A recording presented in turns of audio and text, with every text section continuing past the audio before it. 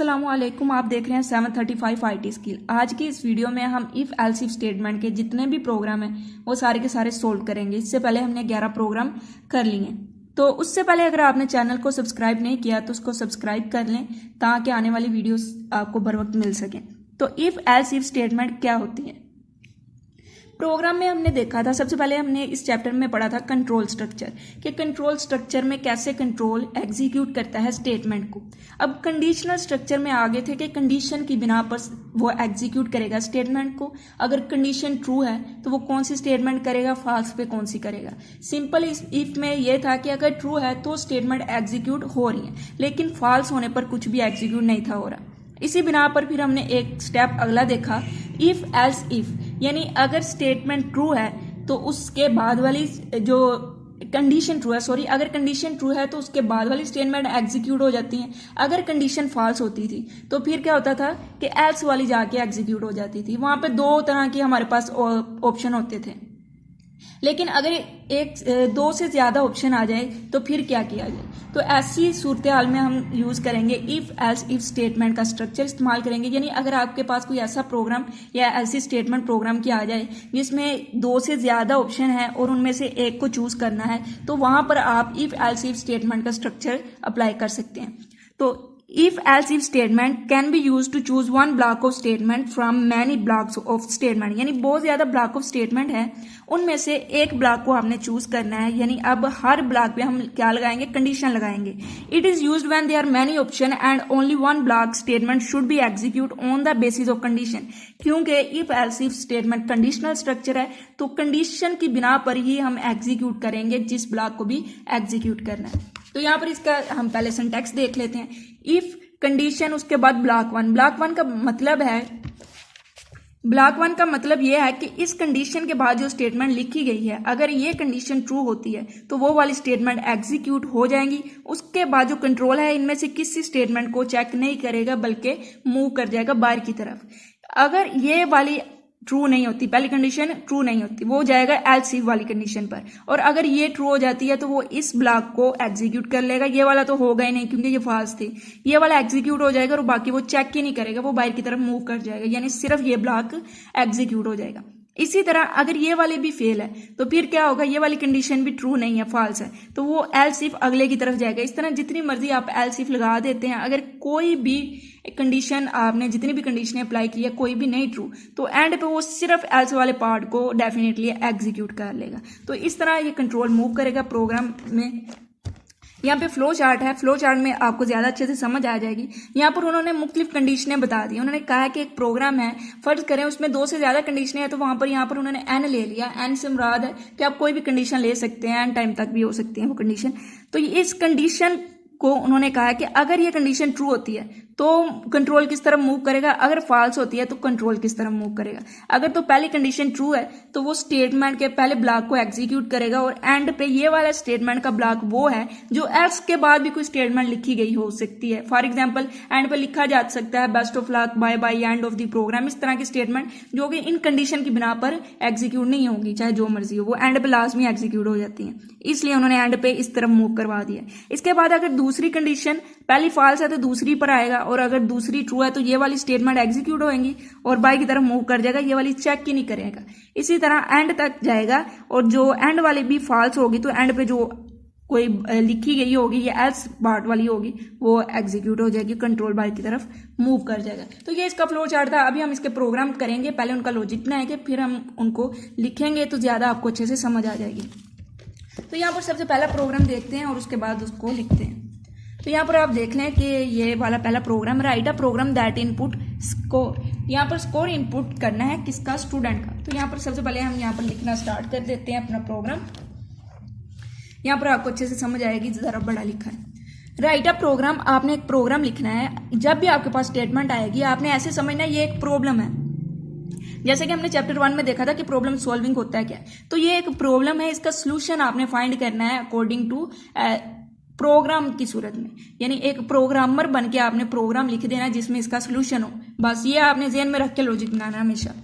That input test score, यानी एक ऐसा प्रोग्राम जिसमें आपने इनपुट करवाना है test score. Test score input करवाना है, इतनी हमें समझ आ गई। ऑफ अ स्टूडेंट, यानी एक स्टूडेंट है, उसका हमने एक टेस्ट उसने दिया है, टेस्ट में उसका क्या स्कोर है, क्या मार्क्स आए, वो हमने इनपुट करवाने हैं। And then display his grade according to the following criteria. अब यहाँ पर उसने कंडीशन बता दी है कि इस कंडीशन की बिना पर आपने ये ग्रेड शो करवाने हैं। यानी अगर तो उसका जो स्कोर है वो 90 से प्लस है तो फिर ए ग्रेड है। इसी तरह अगर उसका 80 से 89 के दरमियान है तो बी है, अगर 70 से 79 के दरमियान है तो सी है। इसी तरह उसने बता दिया ये कंडीशन है और ये ग्रेड शो करवाने हैं। सबसे पहले हम क्या बनाएंगे, हम यहाँ पर लिख देते हैं एक साइड पे थोड़ा सा, राफमल में आपको बता रही हूँ लॉजिक। तो सबसे पहले हमें लॉजिक में इस स्टेटमेंट से समझ आई है कि हमने एक चीज को इनपुट करवाना है, वो है स्कोर। यहाँ पे आप इस तरह से भी लिख सकते हैं, यानी एक इसको हमने करवाना है इनपुट। सबसे पहले लॉजिक बनाना सीखे, फिर आपको खुद ही समझ आ जाएगी हमने कैसे प्रोग्राम बनाना है। उसके बाद क्या होगा, डिस्प्ले हिज ग्रेड। अब हमने ग्रेड डिस्प्ले करवाने हैं और यहाँ पर ग्रेड अल्फाबेट की सूरत में दी है। तो यहाँ पर हम सिंपली किसी भी ग्रेड का वेरिएबल डिक्लेयर नहीं करवाएंगे, बल्कि कंडीशन की बिना पर सी आउट में वो हम सिर्फ ए लिख देंगे, बी लिख देंगे। अगर होता कि आप सम बताएं तो इसका मतलब हमें सम करना पड़ना था कैलकुलेट, तो फिर हमने सम के नाम का एक वेरिएबल डिक्लेयर करवाना था। यहाँ पर ग्रेड है, ग्रेड सिंपली आपने डिस्प्ले करवाने हैं। पहले उन्होंने बता दिया ए ग्रेड है, बी है, सी है, तो इस तरह से हमने ग्रेड को डिस्प्ले करवाना है, तो हमें वेरिएबल डिक्लेयर करने की जरूरत नहीं है। तो यहाँ पर जो जिसमें हम इनपुट लेंगे उसको हमें पहले करना होगा डिक्लेयर, उसके बाद उस पे ही हम कंडीशन लगाएंगे। कंडीशन किस पे लगेगी, स्कोर पे लगेगी। यहाँ वाली स्टेटमेंट को देख के ही अंदाजा हो रहा है कि ये स्कोर है, इस पे कंडीशन लगकर हम इनको डिस्प्ले करवाएंगे। तो यहाँ पर हम सबसे पहले अपना प्रोग्राम लिख लेते हैं।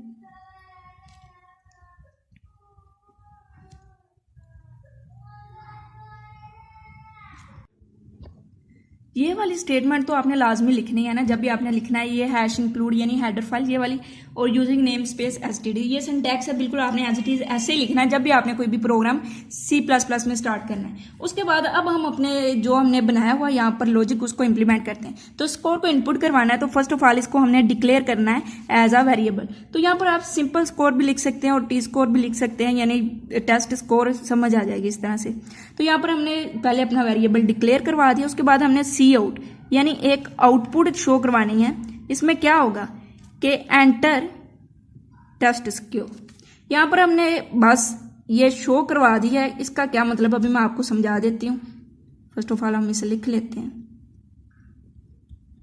इसका मतलब है जब भी प्रोग्राम को एग्जीक्यूट किया जाएगा तो जो यूजर है, हम तो एज अ प्रोग्रामर लिख रहे हैं, तो जो यूजर है उसको हमने पहले बताना है कि उसने एंटर क्या करना है, ये प्रोग्राम किस मकसद के लिए। तो हम उसको बताएंगे इस स्टेटमेंट के थ्रू कि आपने टेस्ट स्कोर को एंटर करना है। तो यहाँ पर ये स्टेटमेंट हो जाएगी। उसके बाद हम सी इन का इस्तेमाल करेंगे। ये जो इन्वर्टेड कोमा में है सी आउट का, ये एज इट इज ही शो होगा। और जो एंड डाल है इसका मतलब है कि जो सी इन जो आउटपुट होगी वो अगले नंबर पे यानी अगली लाइन पे जाएगी, उधर से वो इनपुट लेंगे। इस तरह से जो प्रोग्राम होता है वो अच्छे से जो यूजर होता है उसको समझ आ जाती है, उसको देखने में आसानी होती है, रीडेबल होता है। यहां पर हमने सीन के थ्रू स्कोर को इनपुट करवा लिया। अब हमारे पास स्कोर आ गया, यानी जब यूजर ने एंटर कर दिया स्कोर, तो अब हमने इस पे लगानी है कंडीशन, क्योंकि अब हमें हमारे पास इसकी वैल्यू आ चुकी है। तो यहाँ पर हम सिंपली यहाँ पर कंडीशन लगा देंगे। तो कंडीशनें कैसे लगेंगी, सबसे पहले ये वाली कंडीशन बिल्कुल एज इट इज जैसे यहाँ पर लिखा हुआ आपको नजर आ रहा है कि अगर तो 90 से बड़ा है तो फिर सी आउट आप यहाँ पर शो करवा दें। भाई सी आउट ये है कि ग्रेड, यहाँ पर आप ऐसे भी लिख सकते हैं, सिर्फ ए भी लिख सकते हैं, ये आपकी मर्जी है। ये एंड एल भी लगा सकते हैं, मर्जी आप। उसके बाद एल्स इफ, हमेशा याद रखें इफ के साथ ही कंडीशन आती है। एल्स इफ है तो इफ के साथ ही कंडीशन आ रही है। सिंपल एल्स होगा तो वहां पे कोई आप कंडीशन नहीं लिखेंगे। एल्स इफ के साथ फिर स्कोर पे हम कंडीशन लगा देंगे अगर तो स्कोर हमारा बड़ा है 80 से। अब यहां पर देखिएगा जरा, हमने सिर्फ 80 या 80 से बराबर रखा, हमने 89 नहीं किया, क्योंकि हमें पता है कि 90 तक अगर होता तो पहली स्टेटमेंट एग्जीक्यूट हो जाती है और कंट्रोल अगली पर आता ही ना। अब अगली पर आया है तो इसका मतलब वो 90 से नीचे ही है स्कोर, इसलिए। तो यहां पर फिर सी आउट हम लिख देंगे कि सी आउट क्या है, ग्रेड इज, यहां पर हम लिख देंगे ग्रेड इज बी। इसी तरह फिर एल्स इफ एक और कंडीशन लगेगी कि जो स्कोर अगर 70 तक है, यानी 70 से बड़ा है या बराबर है, तो फिर क्या सी आउट होगा? तो फिर सी आउट होगा ग्रेड इज सी। इसी तरह हम कंडीशनल लगाते जाएंगे।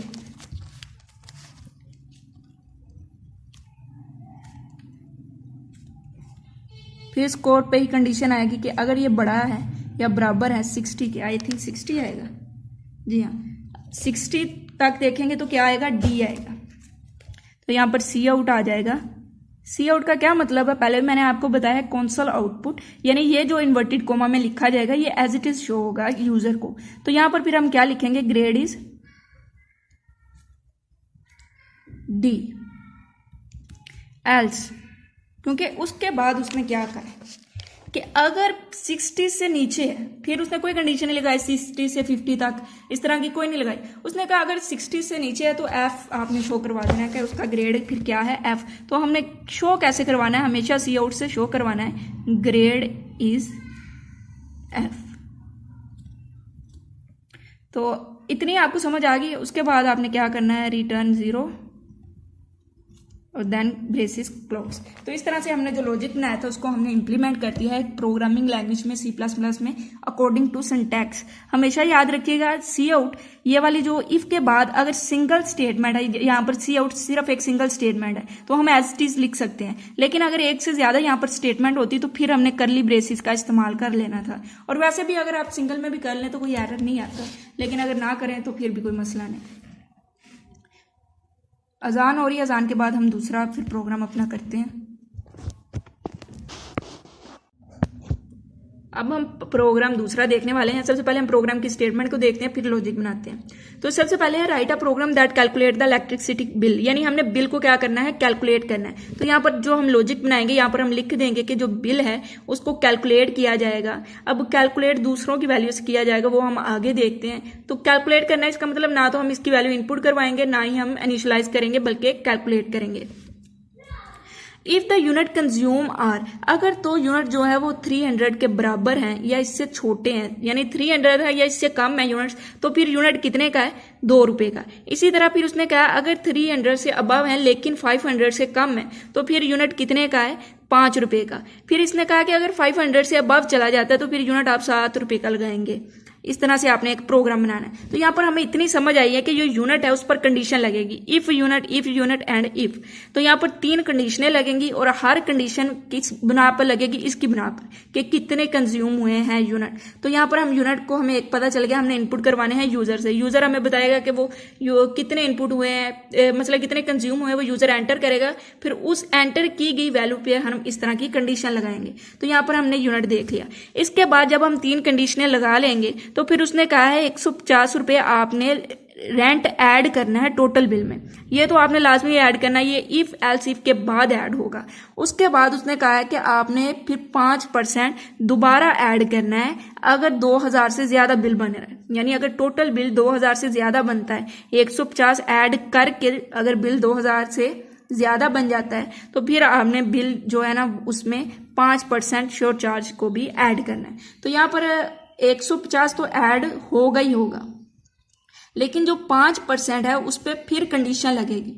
वो कंडीशन क्या होगी? 2000 की। तो इसी तरह अब हम इसका लॉजिक हमने बना लिया, अब इसको हम इंप्लीमेंट करके देखते हैं। तो सबसे पहले हैश इंक्लूड तो आपने लाजमी लिखना होता है। Using name space std int में। जब तक मैं ये लिख रही हूँ आप मेरे चैनल को सब्सक्राइब कर लें।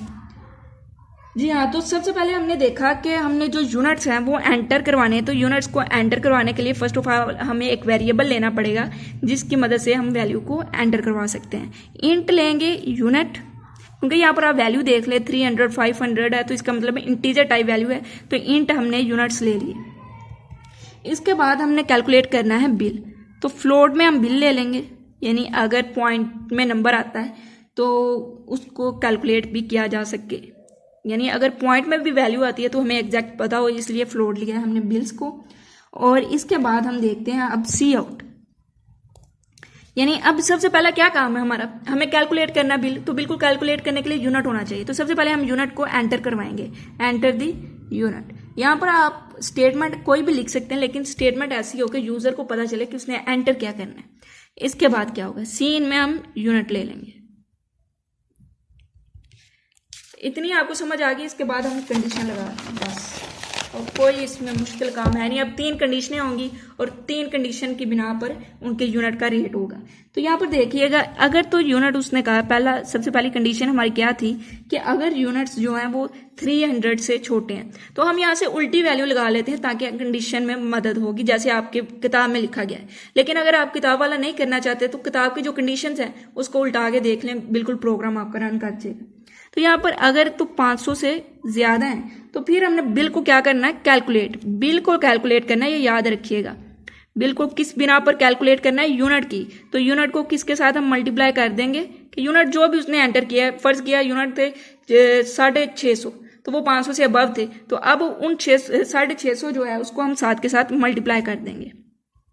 अगर ऐसा है, अगर ऐसा नहीं है तो एल्स इफ दूसरी कंडीशन की तरफ आ जाए कि जो यूनिट्स हैं वो 300 से बड़े हैं, ज्यादा हैं, 300 से ज्यादा हैं, तो फिर क्या किया जाए, फिर बिल को कैलकुलेट किया जाए, क्योंकि पहली कंडीशन ही ट्रू हो सकी, बिल हमें चाहिए बस।